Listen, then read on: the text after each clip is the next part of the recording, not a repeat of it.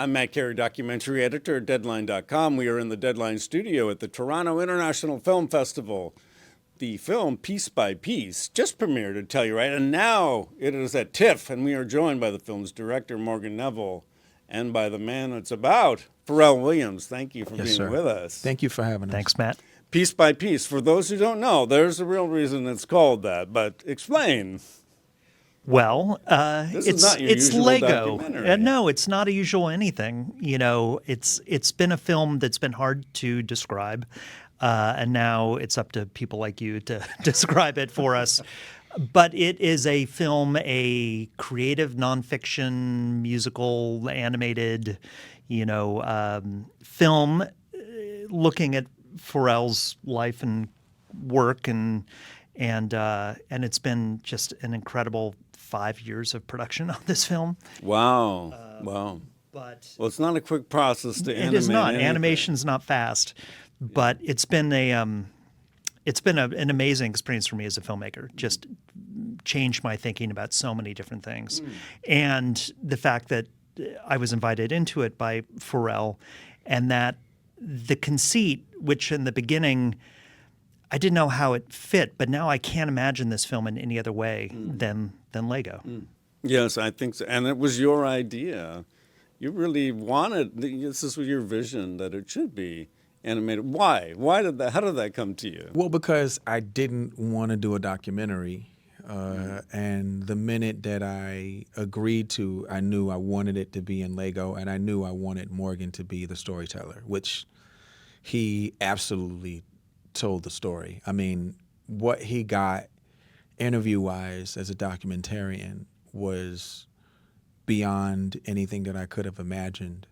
And I turned it over to him because I love what he's done, from 20 Feet from Stardom to, even the new Steve Martin one. Like, this guy's like really good at it. And so you think about like the Mr. Rogers doc, it was like, man, if I could have that kind of architecture with my story, then I would be willing to be non-micro and totally macro about it and let someone else put the pieces together. And that's literally what he did as a documentarian. Like, he knows how to architect a story.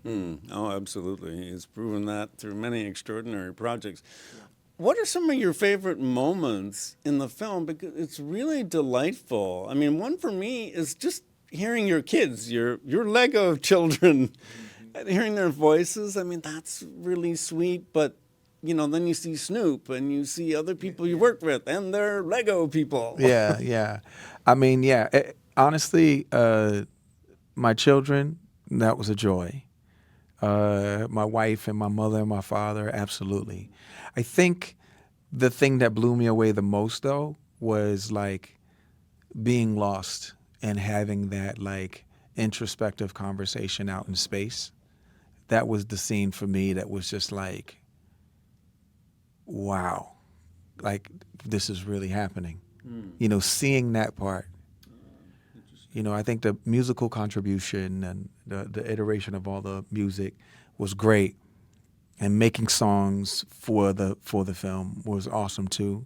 But that space scene, like, and then having Carl Sagan, Oh, that's a really cool. the likes part of Carl it, Sagan yeah. involved, like that was just, all of that for me was just like, whoa.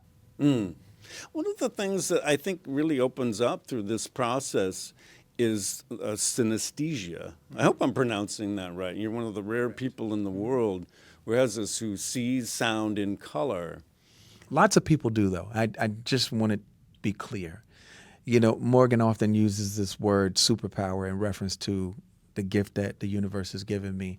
And I do agree that there's something extraordinary about like being born with things and the universe giving you things. But synesthesia and like talent are not really unique to me. There's so many musicians who have it, and so many artists that have it, and even mathematicians that have synesthesia. There's graphemic synesthesia. So they're able to remember the numbers and digits so well because they appear in different colors and sizes and angles and stuff in their brains. The point of this documentary is that the different people aren't so different. There's more different people than there are regular people. And in fact, it's kind of weird to be placed in a box and feel like that's what you have to be. I think that's more weird and more out of an outcast and more of a misfit than being original, because the universe made you original. Every person is different. Even, we have triplets and two identical and one fraternal.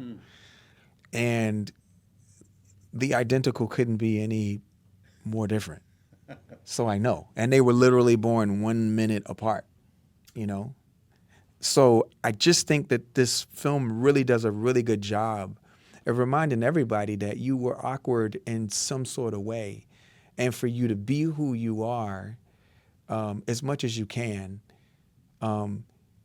If you're being that, then you're going to walk that way, and you're going to talk that way, and give the rest of the world context, but don't wait for their approval.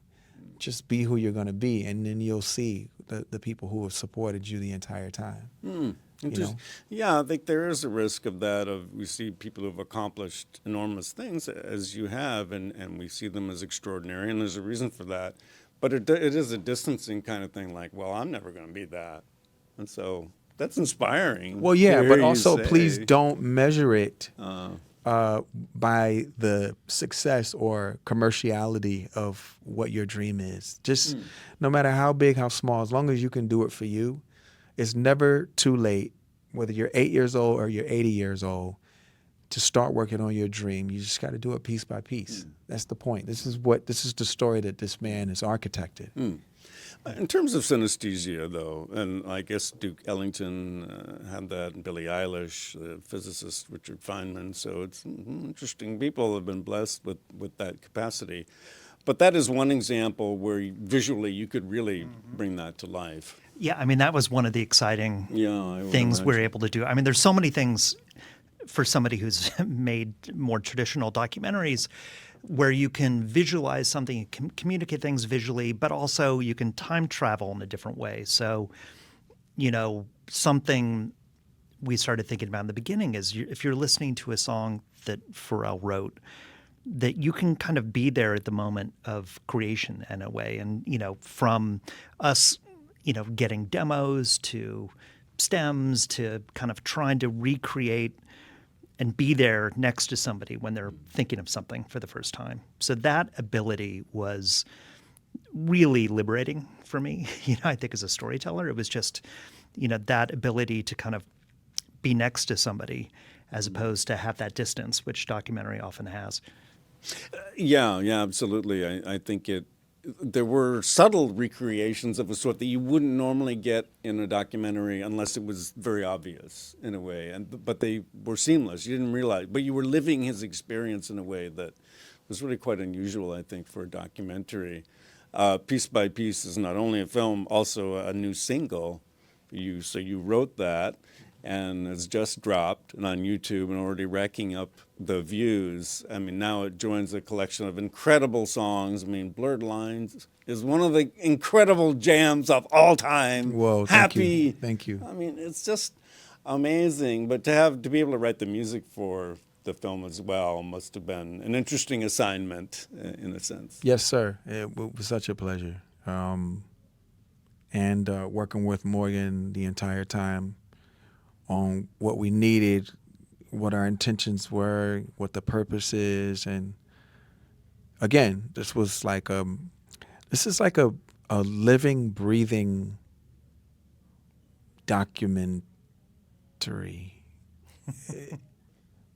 It like breathes on its own. It told us what it wanted to be, because it is. We started out, thinking documentary, but I think the story has, also taken on the identity of, it has a passport for, it's a citizen in the documentary world, but it has a passport for biopic. It has a passport for musical. It has a passport for, obviously, animation. Yeah, right? What I think was so interesting about particularly about the music too, is that, I think we knew from the beginning that there was a piece of music we would probably want at the end of the film. And so as the film was coming together, I assembled a cut and I showed it to you. And then that kind of feedback loop of you seeing me seeing your story and then you reflecting that back into how you were thinking about how you wanted to sing about your story became interesting. And you ended up writing a handful of songs for the film in the end. But that was a whole new process too, more like you would do in a musical. Yeah, it's amazing. And audiences are going to get to see this very soon outside of Toronto and Telluride. It's going to be released next month. October 11th. In theaters everywhere. All right. We will wait for that and congratulate you in the meantime on your international premiere at Toronto. Pharrell Williams and the director, Piece by Piece, Morgan Neville. Thank you so much for being with us. Thank you. Thanks for having us.